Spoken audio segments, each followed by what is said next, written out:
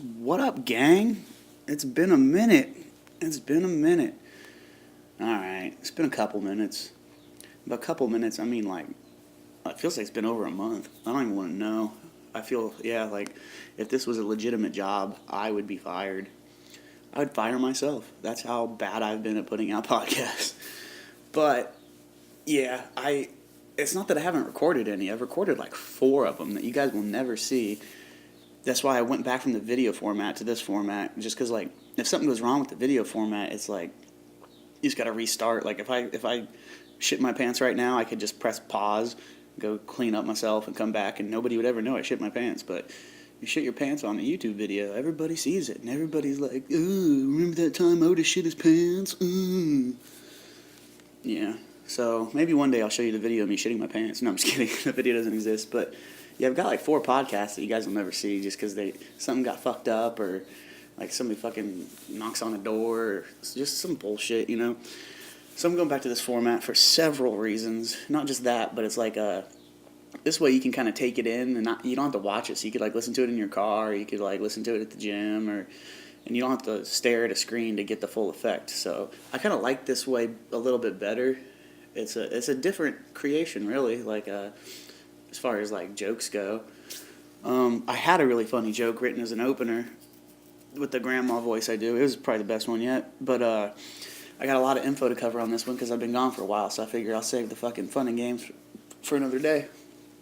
So yeah, where have I been? Where has Tyler been? What happened to Otis? Is he dead in a ditch? No. I wish. No, I'm just kidding. Nothing's ever that bad. But actually, I mean, with the ups comes the downs, with the smiles come the frowns, you know, but I stay smiling. Shit happens, man. Okay, so last time I talked to you guys, I was in Blue Ridge, Georgia. Blue Ridge, Georgia is probably America's best kept secret. It's a beautiful little mountain town. It's just like Breckenridge, Colorado. Like, it's Blue Ridge. Like, they're both towns built on the ridges of mountains. Like, each time you go up a street, you gotta like hike a fucking giant hill just to get to the next block. But it's just like Breckenridge, man. It's like it's got a bunch of little mom and pop shops, little nice little places to eat, little souvenir shops, you know, a bunch of cool little shit. But it's in the Appalachians instead of the Rockies. That's like really that's the only difference.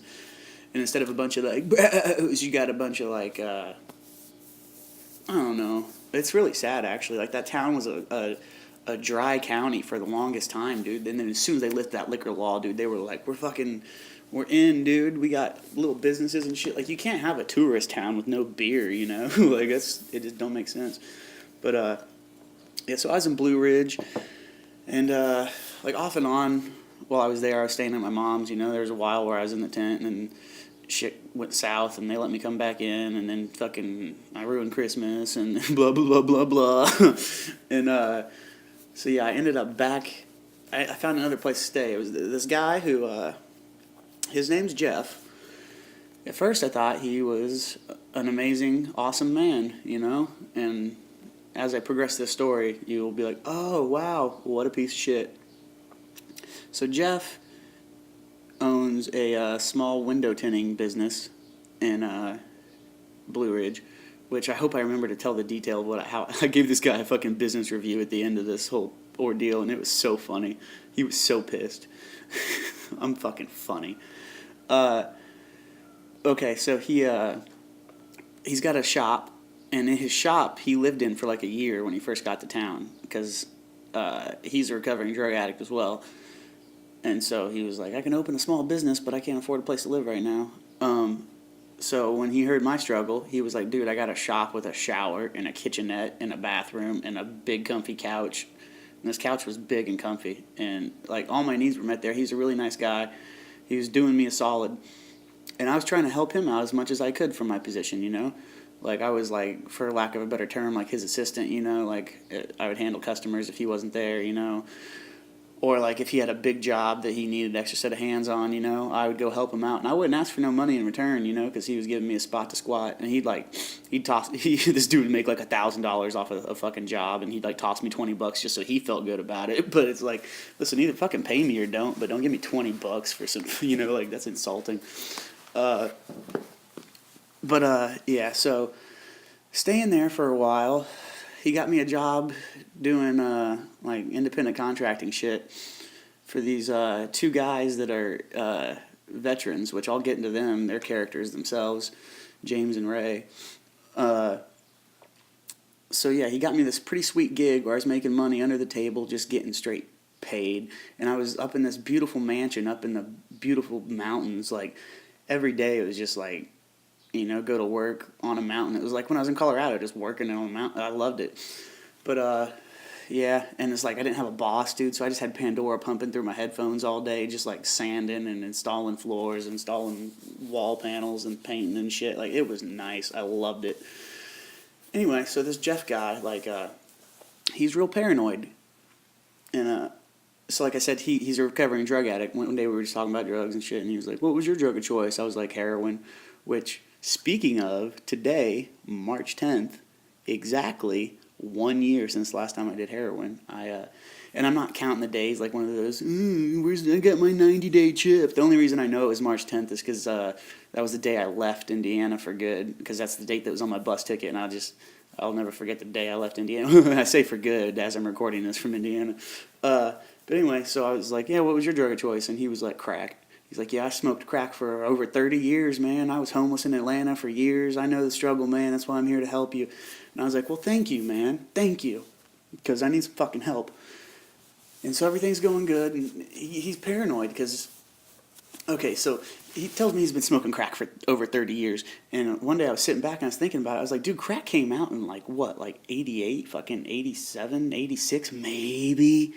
I was like, this dude's been smoking crack since the day it came out. He hasn't had fucking time to be sober for a year. Like, this dude is a fucking crackhead. And then sure enough, this guy fucking proved that. So, like I said, I'd help him out of the shop, and like, I don't know nobody in this town, I was just fucking going to work, fucking going back to the shop, fucking cleaning the shop, going to bed, wake up, repeat. And so, God for fucking bid, I drink fucking a couple beers, like, every now and then. I wasn't like drunk all the time or drunk every night. It was just like, I'd say like slightly less than half the nights. Like three nights out of the week, I'd get a 6-pack. And like, especially like if there's like a UFC fight on or some shit, it's like, what the fuck? I'm a man. I'm allowed to do this shit. And he told me I was allowed to drink. He was like, no drugs, man, but you can drink. He's like, it's okay. And then eventually he changed his mind, and it was all a big ploy. He's super paranoid because he's a crackhead, and the thing he's paranoid about is he was letting me live at his business, which is fucking illegal. You can't live at a business, It's not zoned for that. Even though, like, anybody that walked around there would be like, somebody lives here, even if nobody did, because there's a fucking shower and a kitchenette and a bathroom, and it's like, I thought this was it's supposed to be a garage, where you just pull cars in and out. But, anyway, so yeah, he calls me one day, and he's like, listen, man, you got to quit drinking. And I was like, all right, it's fine. It's not undoable. I can quit drinking for you. And so he's acting all mean about it for literally no reason. Like, yeah. Anyway, because he's fucking paranoid about this shit. And so he comes in that day. He called me at 4, told me no drinking. He came into that shop at 2:30 in the fucking morning, which, it's his fucking shop. Go ahead, dude. Fucking sleep in there if you want to. But, I don't give a fuck. It's your shop. But, and he's, on a fucking mission, dude. And he thought he was going to catch me drinking. He thought I couldn't do it. And the reason he thinks, he doesn't, when I told him I don't even think about heroin anymore, he's like, I don't even think about doing it, man. He was like, what, really? He didn't believe me. And the reason is because he's a fucking crackhead. This dude came in at 2:30 in the morning, full of energy, fucking eyes rolling, mouth fucking chewing on his tongue and shit. And, tells me, he thought he was going to catch me drinking and just be able to kick me out, but that's not what happened. So he tells me he's been doing research. He's like, I found a rehab you can go to, man. He's like, you can dry out, and then if when you get out, maybe you can come back. I don't know, blah, blah, blah, blah. And I was like, well, with all due respect, sir, I've been to rehab like 3 times, and I've never really been an alcoholic, so there's nothing new they can tell me, and I can quit drinking, so I just straight don't need to go to rehab. Thanks for your concern. And he's like, well, pretty much, he gave me an ultimatum, and both of them were the same thing. He was like, you can either go to rehab or you're kicked out. And I was like, so you mean either way I'm leaving here tonight, Like, why don't you just tell me how you fucking feel, dude? You regret bringing me in here, and now you want me out of here. Even though, this dude, I was so fucking stupid good to this guy. He's got a crack in a fucking cement wall, and so if there's a lot of rain, the place fucking floods. I cleaned up fucking, inches of fucking water through this whole shop with a fucking mop. You know how fucking hard? That took fucking hours. And I'd always fucking clean this place up real nice. Because I was just like trying to show him like I appreciate what you did for me, giving me a place to stay. And so he fucking tells me I gotta go, and he comes back the next day and he's like, "So did you think about my offer?" And I was like, "What the get out of here or get out of here?" Like it's not a fucking offer, it's a fucking you're telling me to leave. And yeah, so he's saying all this nonsense, and pretty much we end up getting in a shouting match, dude, because it was like. He thought he thought he had a nice little plan and everything just went to shit. Like he thought he was gonna catch me drinking. What he caught me doing was like fucking cleaning up his fucking shop, sober as fuck. And it was like, okay, buddy. Like, you come in here all fucking cracked out telling me I need to go to rehab. Like, fuck you, you stupid crackhead. I start yelling at this guy, dude. And he's like, he's yelling at me. And I was like, you know what, Jeff? If I wasn't fucking so into forgiveness and I didn't really appreciate what you fucking done for me, I would just stand up and knock you the fuck out right now. And he gets all defensive. He's like, what makes you think you can? And I was like, the fact that you're a fucking 50-year-old crackhead, you know? Like, and I'm fucking 28 years old and sober and fucking, like, ugh. Yeah.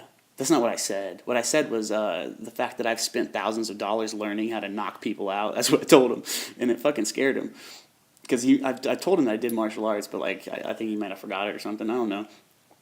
And so he's tinting this window, and when you tint windows, your tool is a razor blade. And so I'm on the ground packing my bags, and he walks up to me and he points this razor blade at me, dude, like just probably like 4 to 6 inches away from my face. And I look at it. And I look up at him, and I'm like, are you threatening my life right now? Because he was kind of using it like if somebody had like a pointer, like a laser pointer, or like a pencil, you know. But it was a fucking razor blade, and he pointed it at my face. And so I was like, well, that's fucking strike 1, 2, and 3 right there. Like, I should stand up and knock you the fuck out. And so when I stand up, he fucking takes several steps back, goes to the other side of the car after. I'm like, are you threatening my life? He's like, shit. Like, this guy might kill me in self-defense right now.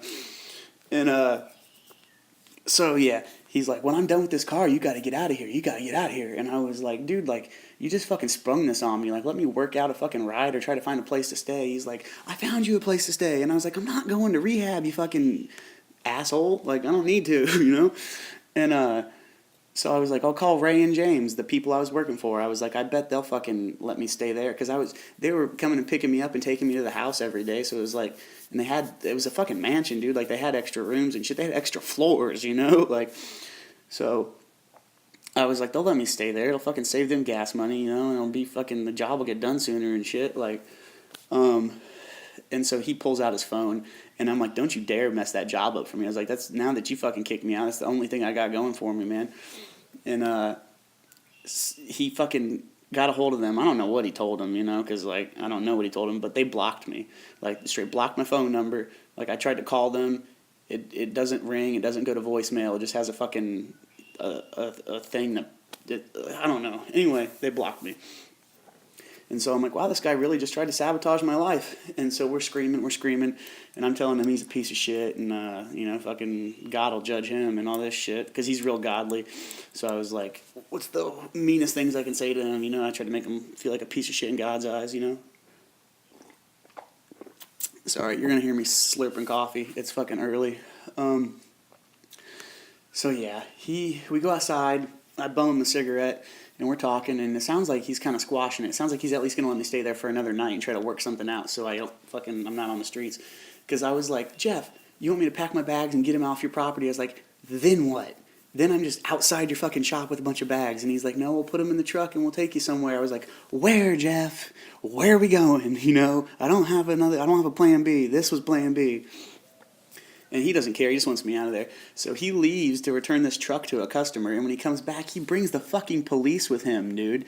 And the police are like, the police said that, so we hear you have a key to this place and you won't give it back. And I was like, I do have a key, but he never even asked for it back. I was like, he was, you know, fucking kicking me out. But it's not like I was like, I got a key.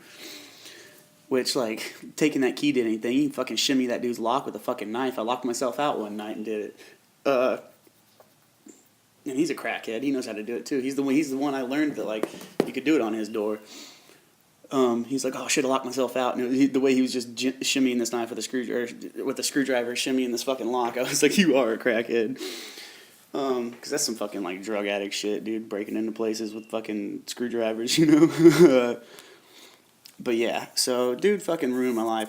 But okay, so these guys, fucking Ray and James, I gotta tell you about these guys, dude. One of them is an outstanding man who I have the utmost respect for, and that's James. James is a veteran of the Navy and the Air Force, and James went to Vietnam, and James didn't get drafted. He fucking went to Nam because he thought his fucking country needed him. James now is dying of Agent Orange, which if you don't know what Agent Orange is, it's a chemical they sprayed on the fields and in the jungle to kill all the vegetation, you know, thin it out so you could march troops through it. But it turns out when that shit that kills everything it touches gets in your body, it kills you. So yeah. Other guy, Ray. Ray is involved in a pyramid scheme that he tried to rope me into, which he had a legit product, dude, this crazy fucking water filter that was super high tech. It separates the oxygen from the hydrogen. It was really fucking amazing. And you just drink the liquid hydrogen and it hydrates the shit out of you. Like, you'll drink a gallon of this water and like you won't be pissing like crazy. And it's because like your body just straight absorbed it all. It didn't go right through your system. Your body's like, yes. I guess a hydrogen atom can penetrate a cell, whereas a water molecule cannot. Water can only hydrate your organs, and then your organs kind of have to do the rest. But this shit, like, he was telling me you can, like, apply it topically and shit. It's like, anyway, this dude was on some fucking snake oil bullshit. Like, and, like, lately people have been, like, confessing their sins to me, dude. I don't know why. I think it's, like, I try to be real happy, and people, anybody that knows my story knows that I'm not in a position to judge. So, like, I'm, like, a good guy with a good heart who's fucking grown up in the fucking gutter, you know? So they're like, this guy, I'll tell this guy what the fuck I'm doing, you know?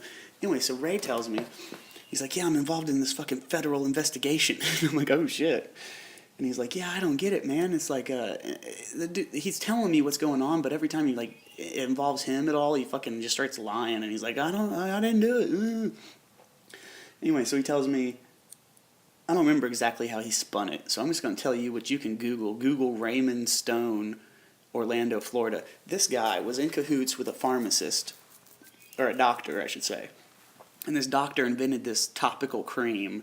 And this cream he advertises as a cure-all for anything. Anyway, this fucking Ray guy was sending fucking vets over. They targeted veterans. Sending vets to this guy. And this guy would be like, oh, wow, this is what's wrong with you. You know what you need? My patented cream. The stuff I make in the basement and get 100% of the profits off of. Anyway, they embezzled. Or I think embezzled might be the word. I don't know. They conned fucking $4.3 million out of these fucking veterans, dude. And I'm sure that Ray was getting fucking money off the back end, or else why would he be involved in this fucking investigation? And, yeah, so I got to thinking, like, well, that's kind of fucked up to do that to vets, and you're a vet. Like, that's fucking heartless, dude. You know? Like, all these guys have are their fucking pensions and retirement funds and shit, you know? Especially these, like, Vietnam-era guys. That's all they got, if they're lucky. And, so you're out there trying to take their fucking money, and I was like, that's fucked up, man. And so I get to talking to him, and like he says he's a nuclear physicist, and he says he worked on a nuclear sub, and then he can't talk about it because it's all top secret. And I'm like, yeah, okay, it makes sense, you know. If you work around nukes, you can't go around telling people all about the nukes. But I'd ask him questions, and like when I'd ask James about questions, dude, he would just go on for like an hour with stories and stuff, and like he, you know, he's just telling me about his past. When I ask fucking Ray, he's real fucking short and he don't give no details. I was like, where'd you go to basic? And he said, first of all, he had to think about it. He had to hesitate and think about it. Nobody would have to think about that. Where, you know, it was like, after you sign those papers, where's the first fucking city the military shipped you off to? Everybody would know that. Everybody knows the fucking zip code, dude. Like, they remember fucking, you know, writing people letters. They remember fucking getting yelled at by drill instructors. They don't forget that shit. And, so he's like, Chicago? Why? And he's looking at me all skeptical. I was like, just wondering, dude, fuck. And then I remember one day I was like, where'd you say you went to school? And he goes, UCLA. Why? And I was like, I was just wondering, dude. And it's like, he's got this, his whole life's a fucking lie, dude. I couldn't believe his name was actually Raymond Stone when I looked him up. I was like, wow, at least he wasn't lying about that. But, yeah, so this dude is on some serious bullshit. If you guys know what stolen valor is, it's when you fucking, it's like those people that like put on fucking like full on soldier gear and like walk around trying to get praise. Like, that's why I put the Batman and Superman patches on my jacket, dude. So because it's like a legit fucking, it's not like military issue, but it's like, it's fucking the next best thing. And like, I didn't want people to think I was a fucking soldier, so I put superhero stuff on it. And so yeah, this dude, he's a con man who sells fucking $2,000 fucking water filters, which, I mean, the water's really good, but I mean, come on, $2,000. And yeah, so, and then he cons fucking veterans out of millions of dollars. And so he found this guy who's got money and is dying of Agent Orange, and he's with this other guy's money. They bought this fucking mansion, all right, and then they're on like 10 acres, and so he's in a. Ray's gonna help restore James's house, which is what they hired me to help do too, and in return, James is going to build Ray, or pay to have Ray build a house on the property. So Ray's getting a free house out of helping this dude fucking fix up his house. And when this guy dies, Ray just got a fucking free house, and he can move on with his life. Now let me describe Ray to you. Ray is about 450 pounds of fucking gelatinous fucking obesity-ridden, he's just a fucking, he's a fat ass, all right? And it's like, he's in a wheelchair, but he can walk. Like, he's in a wheelchair because he's a fat ass. He's like those people at fucking Walmart. And it's like, how about you just push a cart every time you come to Walmart, and then maybe you'll lose fucking 10 pounds and won't need the fucking wheelchair, you fucking fat ass. He doesn't have an injury. Like, when we gotta go upstairs to work, he gets out of the wheelchair and he walks up the fucking stairs. And he can walk up the stairs faster than James can. Like, James is like a beat down old man that went to Vietnam, dude. Fucking Ray's just a fucking piece of shit. And, like, when we gotta, Ray can climb a ladder and fucking, he's just lazy, dude. Like, when it's time to work on the floor, he just rolls around like a fucking blob. It's so gross.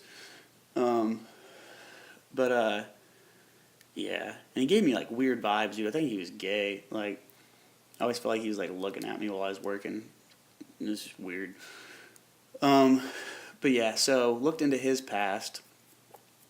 And, like, if you just go to his Facebook, like, you think, like, because he's got, like, stickers all over his van that's like, Navy veteran, I served my country, blah, blah, blah. And even on his wheelchair, he's got a license plate that says Navy veteran. So he's looking for that glory everywhere he goes. Meanwhile, dude that went to Nam fucking couldn't tell, dude. Like, there's nothing, his license plate says disabled veteran, but, I mean, it's because he's a fucking disabled veteran, and that gets him fucking handicap parking, and, like, you know, he's fucking 60-something years old. It ain't easy for him to get around. He fucking needs it, you know? But he doesn't have any stickers. He's never flaunting that shit. He's not walking around wearing camo. Like, he's like, he tries to put Nam behind him, but he can't. Like, he'll start screaming about it sometimes, and it's like, how do you even begin to comfort a man twice your age that went to Vietnam? You know, you fucking can't. So it's like, I just kind of listen. But, yeah, so Ray's Facebook, nothing about the military, nothing about UCLA. In fact, he went to another college that he has cited on his Facebook, so dude's a fucking liar. And he's got pictures, and it says Navy memories, and they're clearly, like, Google image footage, and the only footage it is of the Blue Angels, which are Navy fighter jets, but, like, they're clearly, he didn't take these pictures. Like, there's two of them where the sound barrier is being broken, and it's like, oh yeah, you fucking press the fucking flash button at the exact fucking nanosecond that fucking air got ripped in half, and you can see the cool fucking cloud around the nose of the plane. Like, yeah, right, bro. That is totally off of fucking Google image. I'm sure I could reverse image search all those pictures, and they would be, like, completely on there. So yeah, he's a huge piece of shit. I'm trying to think of how to make this benefit me, even though that's fucked up. I don't want to see that old man fucking, because the dude doesn't have family, he doesn't have kids, Vietnam guy, and it's like, so this dude Ray's like his best friend, and it's like, do I want to let him know his best friend's like a huge piece of shit, fucking mooching off of him, that's like a liar? I don't know if that'd break the old man's heart or what. So I don't know how to go about this, but I like justice. Once again, sorry for the coffee slurping. So yeah, life was over in Georgia. Quickly, like within one day, all my shit fucking went super south. And like, what's so fucked up is like, I'd been saving up money, and like, I had a bunch of shit to fucking do, dude. I had to like, my family was going through hard times, and like, Like even though I couldn't stay with them, like my mom just lost her job and like shit was fucking rough, dude. So I was like paying their bills and fucking making sure they had food and shit. Cause like, I mean, that's what they did for me, you know. Like fuck, if I was down and out, like even if I wasn't allowed to live there, dude, like my mom would still like bring me food and shit, or like make sure my phone was on and shit. So I was like, the least I can do is, you know, the exact same thing. Make sure they have food, keep their phones on, pay for Netflix, you know, like just trying to be a fucking decent human. And then I was like, I'm gonna go support all these local businesses because it's not the tourist season down there yet. So it was like all those local businesses are like really hurting for customers, you know, as of right now. There's a lot of cool little places. I went to this German deli, dude, that was so good. I got like an authentic German bratwurst on a fucking pretzel bun and the best mustard I've ever. I don't like yellow mustard really that much, but like this mustard they had, I think it was some kind of spicy brown mustard. Oh my god, so good. And then I got some vegetable soup with some fucking, had some like sausage in it or something, and then got a beer, a German beer. It was really cool, dude. Like the whole thing was like fucking only like $11 or something, the whole meal with the beer. So you know, I fucking wasn't bad, dude. Just fucking, yeah. I like when meals are like pretty cheap, so that you can like leave a really good tip. Because like I would have expected that thing to cost at least $15, but it was only like 11 after tax, so I could leave fucking a $4 tip, and that's like fucking what, like 40% or a little less. But the place is really cool. It's run by these two people that are like first generation Americans, like their parents were German and shit, and they were just really good hosts. You know, I was sitting there just talking to him about like German history and stuff, and like anything they didn't know the answer to, he had an iPad, he'd look it up, and so we could keep the conversation moving. What blew my mind though, man, was they brought me this food, and the parchment paper they use are like reprinted old newspapers. You know, like they might have like an interesting article or something. Anyway, it's just a parchment paper, but. So I was born Tuesday, November 21st, 1989. This newspaper was from fucking Sunday, November 17th, 1989. The fucking Sunday right before I was born. Like, and I imagine they're all Sunday papers that these parchment papers are made of, because, like, that's the big paper, you know? So they couldn't have brought me one that was closer to my birthday. Like, if they would have brought me one from the next Sunday, it would have been 4 days removed instead of 3. Or just 2, I mean. Yeah, so I'm sitting there fucking eating this delicious sausage, just losing my mind. I'm like, what the fuck, dude? Like, what are the odds that they brought me a newspaper from the fucking week I was born, you know? Like, it was blowing my mind. They didn't seem to think it was that crazy, but I was like, whatever, this is nuts. But this place was cool, dude. Like, they had, like, cuckoo clocks, and, like, everything was, like, it was a nice little mom and pop shop, like, owned and operated. The mom was the fucking lady out there on the floor, and the pop was the dude in the kitchen fucking throwing down, and the pop was I don't know if he's retired military or what, but he's a veteran, and they had these shirts for sale, man, and it was like it went to a really good cause, but they were like $30 t-shirts, and I was like, man, I don't know, and I was gonna buy one, but I hit the fucking town, and I was like, just hitting all these shops, buying all this cool shit, dude, because I was like, fuck it, dude, I got a good job, dude, and like, I asked him, like, how long is this work gonna last, you know, be real with me, if it's only gonna last a couple weeks, tell me so I can plan accordingly, and he was like, dude, this whole house needs restored, you're gonna be here for months, at least 3 months, and I was like, word, say no more, so I balled out one day, dude, and I fucking spent, you know, like, fucking an amount of money I don't want to disclose in a fucking day on just walking around town, but like, it was so cool, dude. Going to fucking nice places to eat, going to fucking bars, going to little souvenir shops, fucking hollering all them fucking Southern belles down there. Those girls down there are beautiful. Well, some of them been eating that fucking Southern cooking all their lives, dude. Fucking fried up catfish, fried up fucking chicken, you know, fucking cornbread and grits and shit. Just, there's a reason corn-fed's an expression, you know. It's like a corn-fed cow is a fat cow. Like, a corn-fed person's a fat person. But the girls that aren't obese down there, oh my god, and like their fucking accents, it's like, oh, love those ladies. I'm gonna come back down there once I get a vehicle, dude, because I really love that town, and it's where my family lives, so it's like I'm gonna visit, so fucking holler at some ladies. Ugh. Alright, so yeah, I got fired, lost the job, bought the first bus ticket to Indianapolis. I was like, fuck it, dude, I'm going back. And came back, or on the bus ride, it was pretty uneventful except for one little thing. There was a lady that I was sitting next to, and she was so offended that I had two bags, and one of them was just a Walmart bag, and I was like, listen, I know you're only allowed to have one bag, but I got this little bag here, and I was like, I'm moving, I didn't know I was moving till yesterday, so forgive me, fuck, sorry. And she was just a snobby, stuck-up bitch, dude. Like, she seemed like some fucking, like, she was going to Chicago, I think that's where she's from, so, like, I don't know. But, first chance I got, I fucking switched seats, even though I bought, like, one of the nicer seats. I was like, fuck this, like, you can have it, bitch. I'd rather, anyway. So the bus stops, and we're like, what's going on? And I guess these European guys on the bus were hitting on this girl, and she didn't like it, so she told the bus driver. The bus driver fucking called the police. Police show up, out hops the sheriff, other side of the car, a man with a big-ass camera. And I was like, what the fuck's going on? And me and this other girl I was sitting next to, after I moved away from the snobby bitch, she's like, oh no. She goes out there and she's like looking at what's going on and shit. And I was like, I ain't going out there. There's fucking cops and shit. But like, she was black and they weren't fucking with her. I was like, all right, I'll be cool out there. I'm white. At least I got that going for me. I go down there and we're both standing like in frame of the camera directly behind like the interview. And I'm like popping fucking almonds in my mouth like fucking popcorn, just like watching. It was so funny. And they breathalyze these guys and they pass. And the cop's like, yeah, they're not doing anything illegal. It's on you if you want them on your bus, lady. And she's like, I'm not going to let him back on. And these guys, they're like Eastern European or Italian or some shit. And they're like, ma'am, please, come on, let us on the bus. And it's like, they were going to Chicago from Atlanta. And they're from another country. And she just kicked them off on the fucking side of the road in Kentucky, dude. I was like, oh my God, fucking heartless. Cold-blooded. And what I think it was, this bus driver was like, she was like fat and straight up ugly. Like, she looked like even if she quit smoking 5 years from now, she still smelled like cigarettes. Like, she was a gross bitch, dude. So I think she like, just that whole idea of somebody hitting on a woman fucking offends her because nobody fucking hits on her. You gotta fucking pay somebody to play with that pussy. Anywho, so yeah, I get to Indy, get off the bus, go to the transit center, because it's like right around the corner from where they dropped me. I'm sitting there, fucking dudes with guns come out of it, like, hey, get out of here, kid.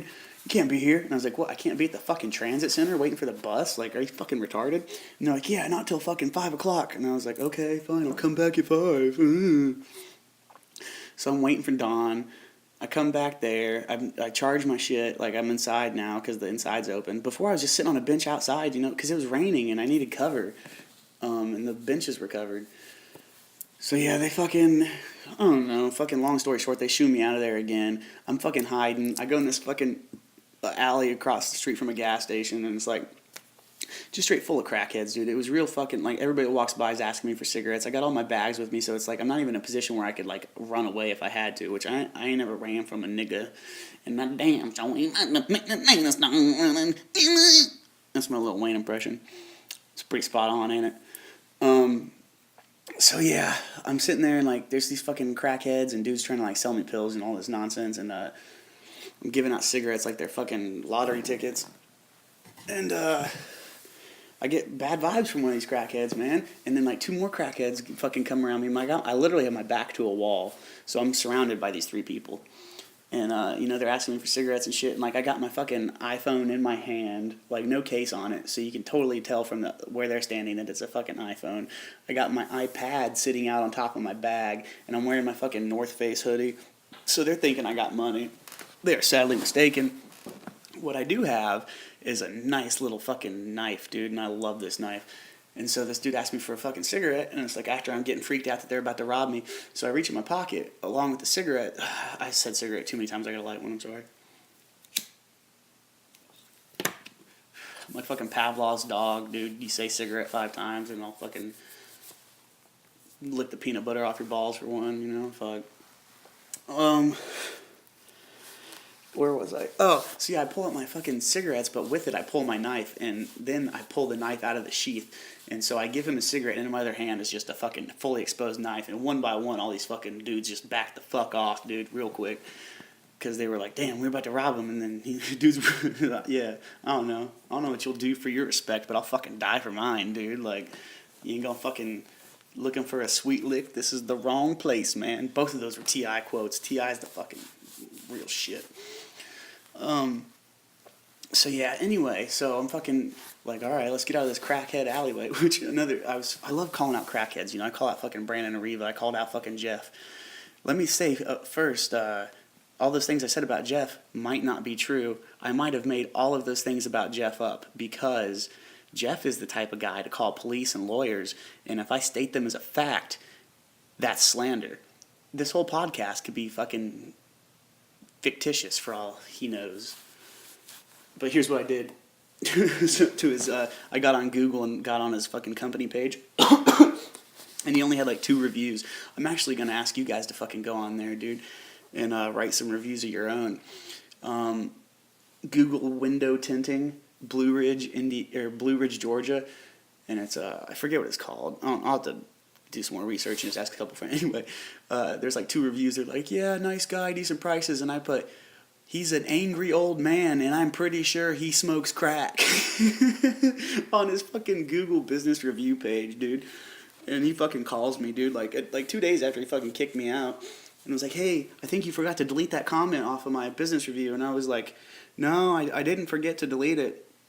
I'm leaving it there. And he's like, man, he's like, at first I thought that was illegal, but the way you worded it. And I was like, yeah, I'm not a fucking idiot, dude. Like, if you state it as your opinion, it's not illegal. You can have retarded opinions. You can have wrong opinions. But if you start stating something as a fact, it might be slander or libel or anything. I don't know. But he's like, so you're not going to delete it? And I was like, no, Jeff. In fact, I'm going to spend all day making new Google accounts so I can leave fucking 10 more comments, you fucking piece of shit.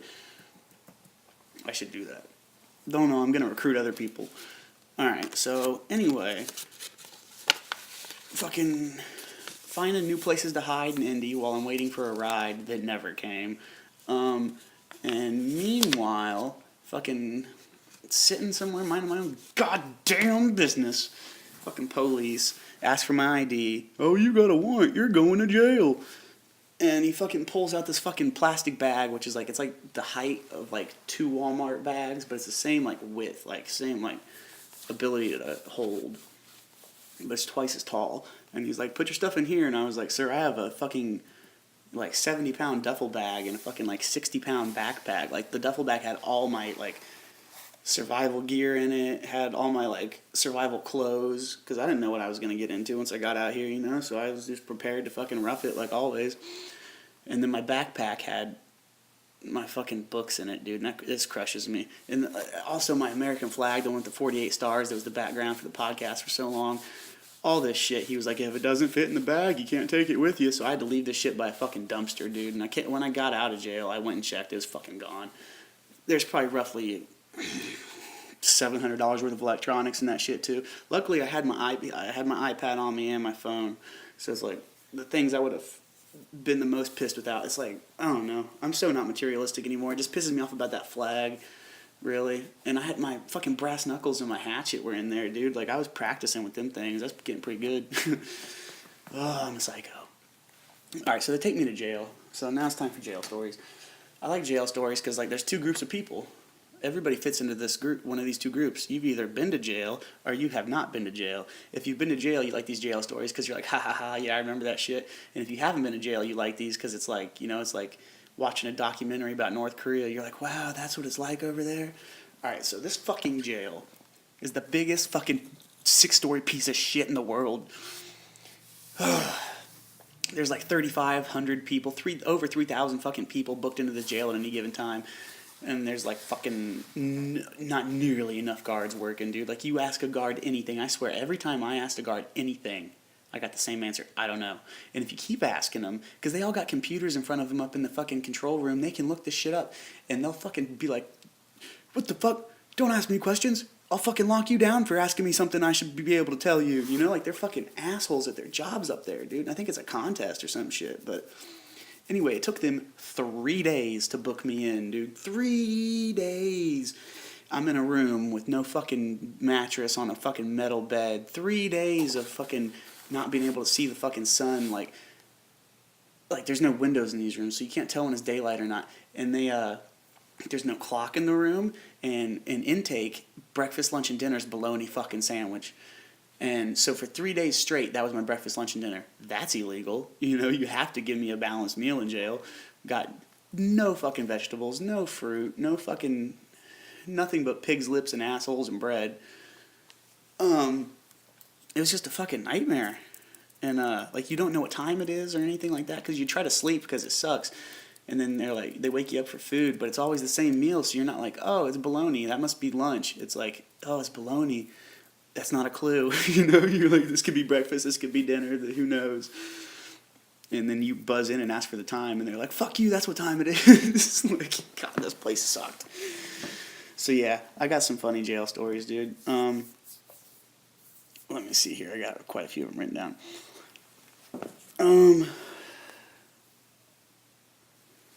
Alright, so I got, there was this guy.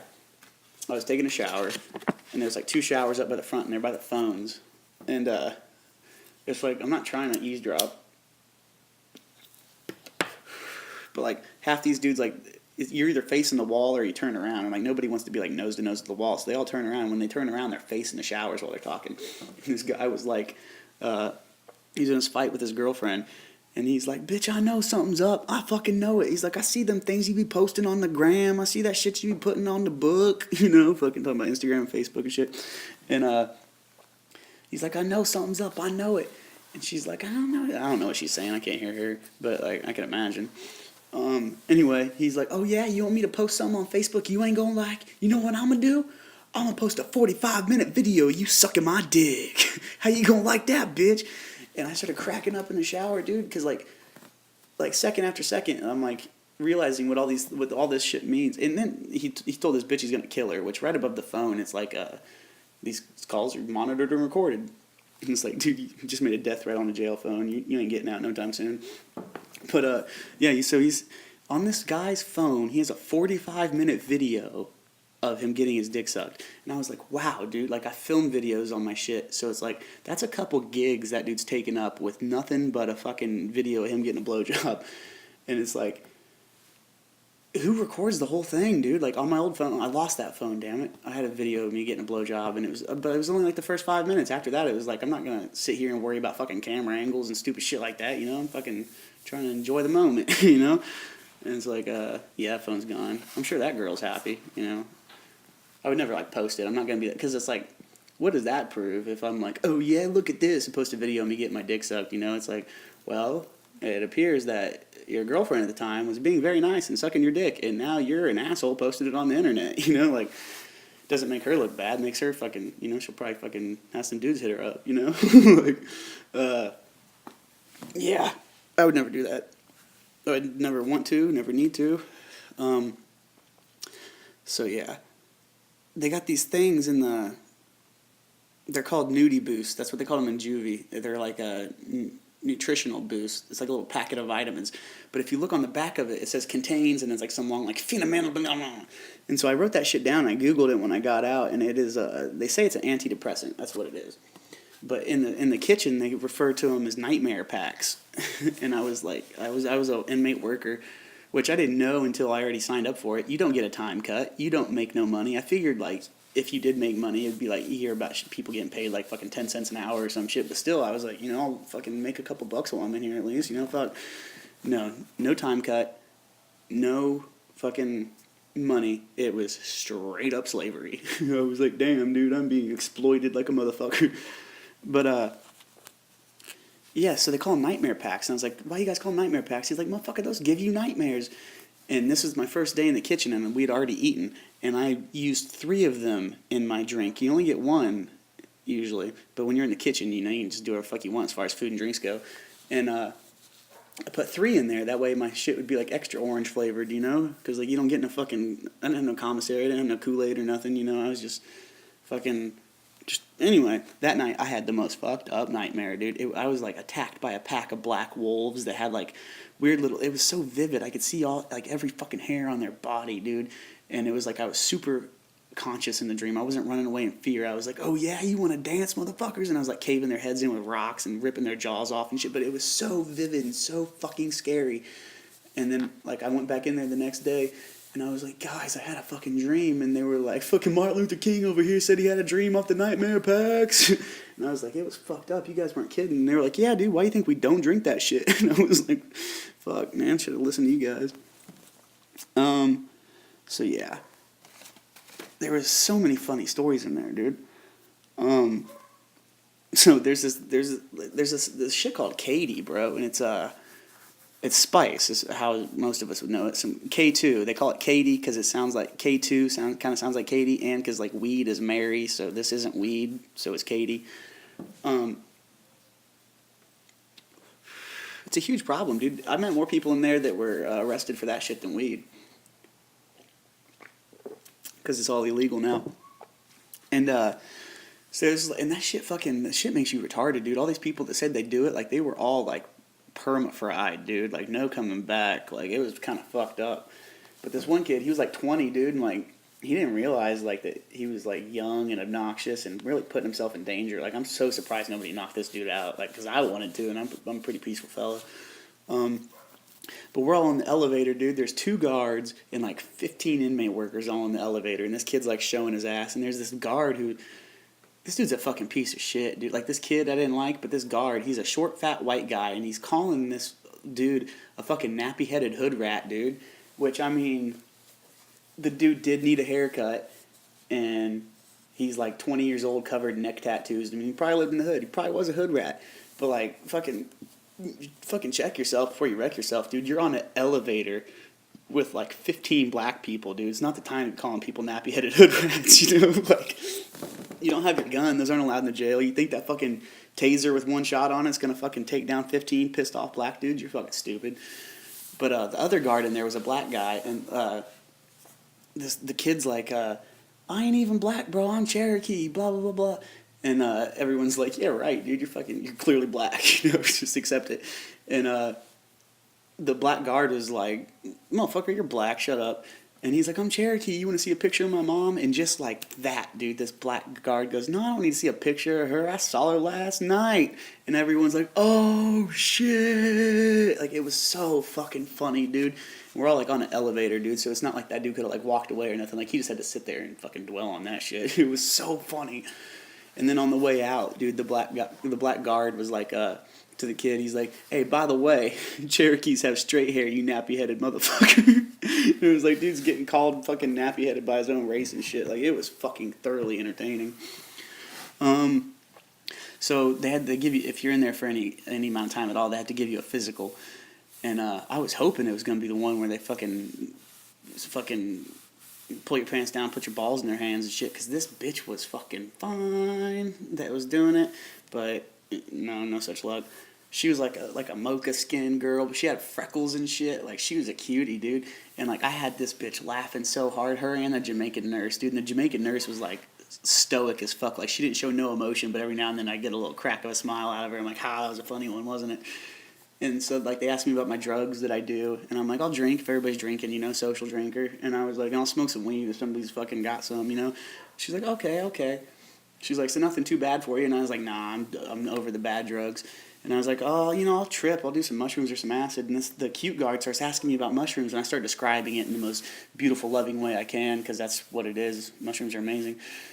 And by the end of this conversation, she goes, so, where do people get mushrooms? And I started laughing, and I was just like, man, I just talked this fucking sheriff deputy into fucking eating mushrooms, dude. I should have got this bitch's number, dude. Could have fucking kicked it with a fucking cop and ate some mushrooms. That'd been weird, right? Like a white criminal tripping with a black cop. I would have done all kinds of shit to this lady, dude. She was hot. Yeah, no such luck on the fucking nuts in the hands. So I get out of the thing, and they put me in the holding tank. Oh, my God, the amount of people in this jail that have been shot in the leg, it is insane. Like, that's some real shit, I guess. If you shoot somebody in the leg, it's not attempted murder. If you can, you know, even though you can totally kill somebody. So that's why I don't get it. It's like, you can murder, so how is it not attempted murder?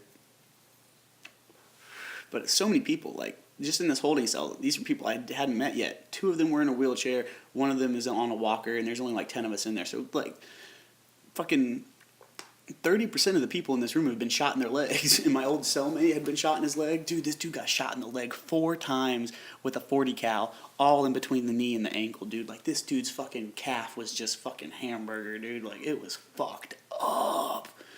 All these dudes were shot up, dude. I love my cellmate though, dude. 'Cause he'd wake up and like he was just such a sweet old black man. I thought he was like 30. Turns out he's like 52, dude. Like you couldn't tell. He was healthy. Um, and whenever he wakes up, like you hear him wake up, you hear him turn over, and then within 2 seconds he goes, "Thank you, Jesus." He's like, dude, this dude's just happy to be alive, dude. You know, dude got shot 4 times, and every day he wakes up, he's like, "Thank you, Jesus." Like it's inspiring. Me and him got along real well. Like we'd be in there bonding, like we'd be rapping '80s raps and shit, like Run DMC and Grandmaster Flash and shit. And it's just like he's a fucking 50-year-old black dude. I'm a fucking 28-year-old white dude, and it's like we got a lot of similar favorite songs, and fucking we're similar in our faith. And then we're sitting there, and like this dude don't like basketball really, and I was like, yeah, I really don't care for it either, you know. And then he looks out the window at the TV, and he's like, oh, this is that shit I do like. And he opens the door, and I hear the dun-dun-dun-dun, which is like the fucking Fox thing.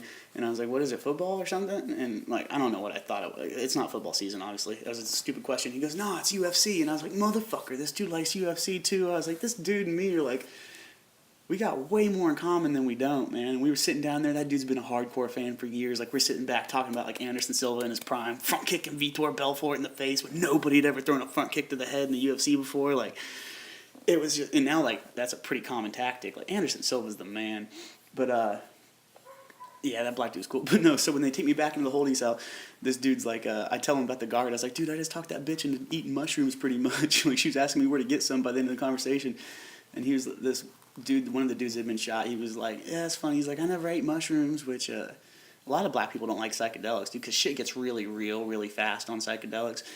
And when you're like a black dude in the hood, you're like, oh my God, all the police want to kill me. You know, like, oh my God, they used to beat my fucking ancestors on this land. You know, I understand why I don't like tripping. But he was like, I don't eat mushrooms. He's like, but what you know about some Robitussin? And I wanted to grab him by his shirt and be like, I am your God. But I didn't. But I was like, I know all about some fucking DXM, bro. I was like, I go hard in the paint on that shit. And, dude's like, yeah, me too. And he rolls up. He's got sleeves, like tattoos. Motherfucker has triple C's, core, seed, and cough and colds tattooed on his body. I was like, wow, you know, dude is about it. You know, we started talking about tripping and shit. And then he was like, boy, I really like to do is I like to smoke Katie when I'm on that shit. I was like, see, I'll smoke some weed, but like smoking fucking, I don't want to fucking smoke this shit that's got all you fucking kids retarded, dude. And dude had on his other arm had a bag of K2 tattooed on his body. I was like, wow, this dude's got a bag of spice on his body forever. That sucks. And I immediately was like, how old are you, bro? And he's like, 24, man. He was like, man, you see he's telling me I was a cool dude. He's pretty much asking me to hang out when we get out. He's like, people like you are the type of people I want to kick it with, blah, blah, blah, blah, blah. And in my head, I'm like, bro, you fucking, you smoke spice, get retarded, and then people kick your door in and shoot you, bro. I'm cool on hanging out with you, you know? Dude's like all fucking wrapped up, his fucking legs all fucked up. And I'm like, I ain't fucking, nah, son, you know? Okay. And so this other dude was in there, and he was talking about Katie, dude. And he was talking about Katie like the way like a crack dealer talks about crack, you know? He's like, that shit, man. Like, he's like, don't ever fucking do this shit, okay? Like, he's like, I'll sell it to people, but don't you ever fucking do it. Like, he's like, that shit'll fucking kill you, you know? And, he was like, I know this girl, we're real tight, dude, but she lost her mind to Katie, dude. And he's like, we'll go over to her house, and there'll be some fucking dude over, and when he goes to the bathroom, she'll be like, you gotta get this nigga out of here. You gotta get him out of here. He's hitting me, and blah, blah, blah, blah. And when he comes out the bathroom and they start talking, she's like, no, don't be mean to him. He needs a place to stay, blah, blah, blah. And he's like, bitch, you're crazy, giving us all these mixed signals. We're like threatening this dude with guns and shit because he said he was beating you, and now you're begging to let him stay. Like, what the fuck? But he's like, I hated this bitch's house. He's like, you walk into her kitchen, and the whole wall is just full of obituaries. And he's like, they're all fucking dudes I know. He's like, oh, shit, that's my nigga. Oh, shit. And he's like, damn, is this bitch killing all these motherfuckers? Am I about to be on this wall? Like, it was so funny, dude. The way he said it was way funnier than the way I just said it, man. I couldn't remember it exactly. Yeah. There's this guy that he was trying to make a calendar, and like somebody told him the date was wrong. This dude made like a fucking 6-month calendar, and the whole thing was off by like 2 days, dude. It was so funny. And then he started making another one, and he was still off, dude, by a day. And like it was just so funny to see. He was just like, this dude was seriously like fucked up in the head about how fucked up his calendar was. He's like, oh man, oh whoa, like it totally ruined his day. It was funny. I think that's the end of my jail stories. Yeah, that's it, I think. So yeah, I got out of jail. I was gonna record this podcast from Circle Center, bro, at the monument. I was there and I was trying to, but I failed epically. It was just too loud. There's too many cars, too much hustle and bustle, and plus I was waiting on a ride from a homie, and I didn't want to miss the ride because excuse me, I burped. I didn't want to miss the ride because I was sitting there podcasting, and the sound quality is gonna be shit anyway. Yeah, so fucking homie came and swooped me up. That's nice. Nice to know there's still fucking decent folks out there. Yeah, I don't really know what my next move is, dude. I'm gonna fucking get a job, get my license, get a car, and then I want to get a truck and put a fucking camper in the back, dude. Just do whatever the fuck I want. I think that's what I'm gonna do. I might go out to Colorado and clear up that warrant because I won't have to do too much time. And if I get a medical card, they have to honor it on probation out there. So it's like if I could smoke weed the whole time I'm on probation, you know, what is probation? You know, like someplace I gotta fucking go wave at people like once a month. You know, like I don't give a fuck if I can fucking smoke weed. Like what the fuck is the punishment? You know, like anyway, I think it's all about money out there. Yeah. So I'm gonna wrap it up because I'm pretty much rambling at this point. Yeah. Yeah, sorry this one ran a little long. I had a lot to inform you on. Yeah, fuck it, dude. It's your boy Odysseus. Fucking, I'm back at it. I'll try to get you another one out like at least once a week, guys.